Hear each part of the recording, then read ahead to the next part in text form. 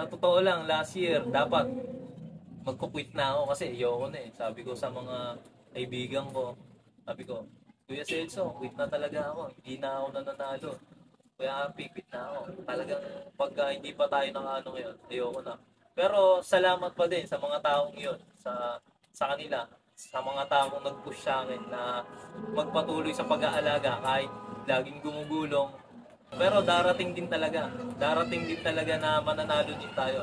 Pero hindi yun mangyayari nang hindi tayo nagdo-double effort. Dapat tiyagain din natin, pagsikapan natin na kung gusto natin talagang manalo, dapat trabahuhin natin na dapat magaling ka, magaling din yung ibon mo. And then, wag ka talagang susuko. Dapat nandun pa rin yung patience mo kasi darating din sa'yo yan. Mananalo at mananalo ka rin. Kuya RP Rodriguez, tsaka Celso Dibora. Iba yan, dalawa na yan. Talagang si Kuya Celso, kahit outside of Pigeon World, talagang ay sa personal na buhay, napakabait yan. Pati si Kuya RP. Ayun yung mga nagbibigay sa akin ng advice. Huwag kayong tatamarin niya. Ayun, huwag kayong tatamad eh. Magpursige lang kayo kasi lahat naman ng mga magagaling eh. Bago yan naging magaling, gumulong din yan. Kumbaga yung paggulong nyo, gawin nyo yung motivation para mas every karera, every season, mag-improve kayo hanggang sa makamit nyo rin yung pagiging champion. Welcome back sa Herbin's Love TV!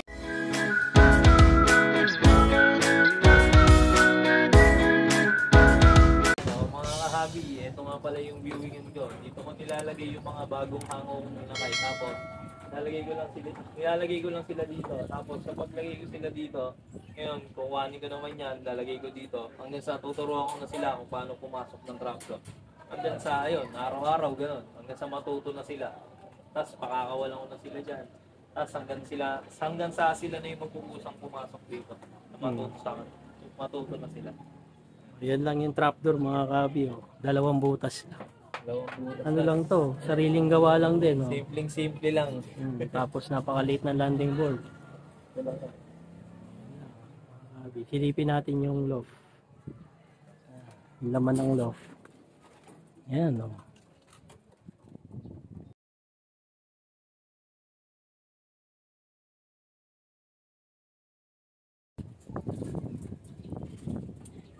Saka limited lang yung ibon, hindi ganun ka-crowded.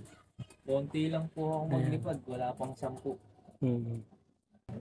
Pagdating sir sa pagbibigay ng mga vitamins, supplements, or kung nag-herbal ka man sa mga ibon, ano yung binibigay mo sa mga ibon pagdating sa mga breeder at sa mga flyers?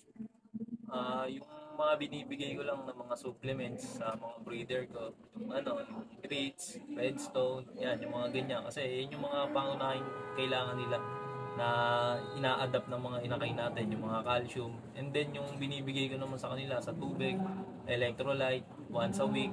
Tapos kung meron man akong binibigay, yung Vitamin Pro kasi kompleto na siya nun eh. May vitamins, may probiotic, ayun. Hanggang sa ibibigay ko na rin yon ng sa mga flyers ko. Pero nagbibigay ako nun sa mga flyers ko kapag medyo malayo na. Kumbaga hindi agad ako nagbibigay ng performance enhancer sa kanila eh kasi parang malapit pa lang na sila na masusunog ba. Ganun. Kaya binibigyan ko sila pag mga fan race na, derby na, dyan ako nag-i-start. Ini-introduce ko na sa kanila yung mga gagamitin ko. Para pag sa derby, yung katawan nila, hindi na sila mabibigla, hindi na sila maninibago.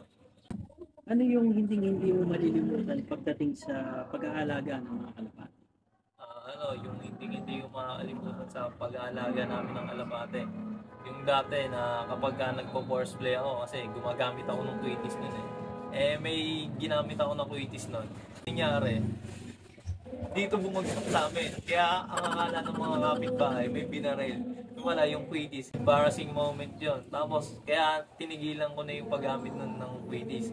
And then yung hindi ko makakalimutan, dalawa yung pinaka-memorable sa akin. Yung last year na nakapagpa-uwi ako ng last lap, Calbayog. Fifth placer ako. Contender siya sa motor ng WPFC. Yun. Nung nakita ko yung ibon ko, nandito na rin. Hindi ko rin ine-expect na ganun niya, mag-i-speed siya ng 1,000 ng last lap. Kasi yung speed niya nun, around 800, 900 lang, mabagal na ibon. Then nung pagdating ng last lap, saka siya, bumilis.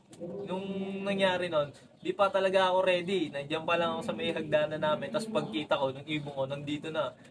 First time ko na makapagpaklak ng ng tawid dagat ng last lap. Medyo di ako makagalaw, di ako nakakabahan ako hanggang sa pagklak ng ibon. Yun, nagtatatalo na ako dito. Tapos tinawagan ko na sila Kuya Arpi, sila Kuya Celso. Yun, nadali namin yung pooling. Tapos yung mga tinayaan namin yun, nanalo. Si Rain yung nanalo ko last year. And then, yung pinaka hindi ko makakalimutan, yung ngayon na overall natin. Ang kwento niyan kasi dapat 4 PM pa ako mag-aabang ng Tacloban. Tapos, sa inip ko, ginawa ko, naligo muna ako. And hanggang sa habang naliligo ako, may naririnig na ako na yumayapak-yapak nga dito. Tapos yung mga barako ko na, mga hardcore na barako ko dyan, namamarako na. Hanggang sa binilisan ko maligo kasi, feeling ko may ibon na ako. Then nung papanik na ako, nakatapis pa lang ako noon. As in, wala pa akong pang-clock, wala pa yung cellphone ko. Pagtingin ko, yung ibon ko, nandito na. Yung contender natin, nandito na yung ibon ko. Bali, ayun, so napasigaw na ako noon. Sabi ko, asan na yung cellphone ko? Anong oras yan dumating? 3:30 ko siya na-clock. 3:30 ko siya na-clock ng Tacloban. 3:30 PM. Contender na siya noon. Ayun, sobrang tuwa ako na noon kasi alam ko na may pag-asa mag-overall at di nga ako nagkamali yun. Overall champion tayo. Tapos sa Tacloban Invitational, champion siya. Sa Young Bird category, champion siya. Sa All Bird ng Tacloban lap, second siya. Halos nung last lap, talagang hakot lahat. As in hakot. Pati dito sa area ng Muntinlupa, hakot niya na rin. At Balogan pa lang, wala na akong kalaban. Nag-chat na sa akin yung coordinator na champion ang daw ako sa area. Then overall champion sa club. Yun, yung pinaka-memorable sa pagkaalaga ng kalapak. Ano yung may advice mo siya dun sa mga kahabi natin, mga kalapatids na matagal na rin nag-iibon o newbie na hindi pa rin nakakatikim ng pagkapanalo? May advice ko sa inyo, wag kayong titigil na yung parang wag kayong tamarin kasi sinabi ko rin yan naramdaman ko din yan dati. Na totoo lang, last year, dapat magkukwit na ako kasi ayoko na Sabi ko sa mga kaibigan ko, sabi ko, Kuya Celso, quit na talaga ako. Hindi na ako nananalo. Kuya Happy, quit na ako. Talagang pagka hindi pa tayo ngayon, ayoko na. Pero salamat pa din sa mga taong yun, sa kanila, sa mga taong nag-push sa akin na magpatuloy sa pag-aalaga kahit laging gumugulong na lagi tayong gumugulong. Pero darating din talaga na mananalo din tayo. Pero hindi yun mangyayari nang hindi tayo nagdo-double effort. Dapat tiyagain din natin, pagsikapan natin na kung gusto natin talagang manalo, dapat trabahuhin natin na dapat magaling ka, magaling din yung ibon mo. And then wag ka talagang susuko. Dapat nandun pa rin yung patience mo kasi darating din sa iyo yan. Mananalo at mananalo ka rin. Yung isa pagkapanalo mo ngayon, sir, yung pinaka-mentor mo, yung dalawa, si sir Kuya RP Rodriguez, tsaka Celso Dibora. Iba yan, dalawa na yan. Talagang si Kuya Celso, kahit outside of Pigeon World, talagang ay sa personal na buhay, napakabait yan. Pati si Kuya RP. Ayun yung mga nagbibigay sa akin ng advice, nagmo-motivate sa akin kapag medyo down times ko. Ayan, sila. Kaya, shout out mga master, salamat sa inyo. So, talaga, Sir Cyro, napaka-importante rin nung may mag-guide din talaga sa'yo, Oo, sir. Ay, lalo na kung talagang zero knowledge ka o baguhan ka pa lang. O yun nga, sabi mo dati, magpo-quit ka na dapat, pero andyan pa rin sila. Tinuturuan ka hanggang sa nakuha mo yung first overall champion nila. Napaka-importante nun. Kumbaga sa si Kuya RP Rodriguez talaga. Kumbaga siya yung nag-spoon feed sa akin na gantong gamitin mong patoka, ganito ka magsubo.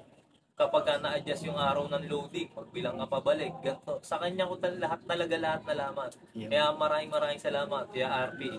Tsaka si Kuya Celso Dibora, yan, sa mga supplement, silang dalawa. Tsaka sa lahi ng ibon, Celso Dibora, Speedy Line. Nag-out ka din ba ng mga hawak mong linyada dito sa Inlove? Oo naman, nag-out din tayo. Pero unahin lang din muna natin yung sa atin kasi tatlong club yung lalaroan ko ngayon na ngayong South. Hindi kasi ako naglalaro ng North, bali South talaga ako tumututok.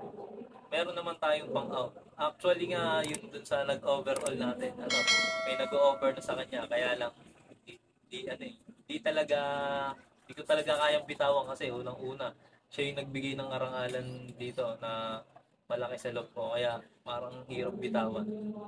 Pwede naman yung mga anak-anak niya, basta PM-PM na lang pagka gusto niya.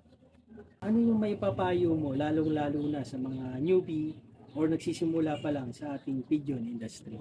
Ang may papayo ko lang sa mga newbie, magsimula na kayo sa tama.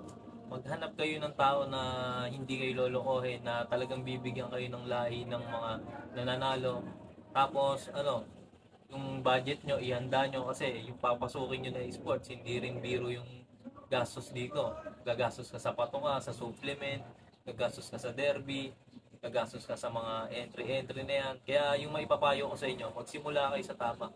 Maghanap kayo ng tamang linyada. Punta na kayo dun sa mga tao na bibigyan kayo ng mga linyada. Kung gusto nyo ng mga pang-sprinter, pumunta kayo sa mga tao na lagi nananalo sa sa mga fun race, sa mga short distance races. And then kung gusto nyo naman ng mga long distance, pumunta kayo sa kay ganitong tao na laging nananalo ng ng long distance. Depende sa inyo kung ano yung forte nyo, kung ano yung karerang gusto nyo salihan. Magsimula na kayo dun sa talagang nagpe-perform taon-taon. Every season merong panalo. Tapos may dadagdag ko lang. Huwag kayong tatamarin niya. Ayun, huwag kayong tatama din. Magpursige lang kayo kasi lahat naman ng mga magagaling bago yan naging magaling, gumulong din yan. Kumbaga yung paggulong nyo, gawin nyo yung motivation para mas every karera, every season mag-improve kayo hanggang sa makamit nyo rin yung pagiging champion. Sir Siron, baka may mga shoutout ka po. Unang-una, gusto ko rin pasalamatan. Unang-una yung Panginoon. Then, yung family ko na nagsusuport sa akin sa ganitong hobby ko. And then, shoutout din pala unang-una ay dalawang master, kay Kuya RP Rodriguez, turo sa akin, nag-guide sa akin. Kay Kuya Celso de Borja na pinagkukuhaan ako ng mga magagaling na ibon. Then, sa mga coordinator dito ng WPFC, kay Kuya Ian Domingo, kay JG Macabeo, tsaka sa mga tropa, Team Speedy, Team Kuyab, tsaka mga tropa dito sa Muntinlupa, Team Smash, kay Tom, yan, Kalapal Apple, kay Rain, yun sa bata ko, pag yung nagkaklak ng ibon ko kapag wala ako dito. And then dun sa mga leads ko sa work na nagbibigay sa akin ng pinapayagan ako mag-leave kapag may araw ng loadingan. Yan. Shoutout kala Sir Louie, kala Ate Eloy, kala Ma'am Charm, din sa mga katrabaho ko dyan. Shoutout sa inyo.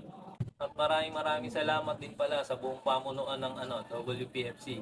Sa pangunguna ni Sir Enchonggo. Maraming salamat Sir sa magandang palaro.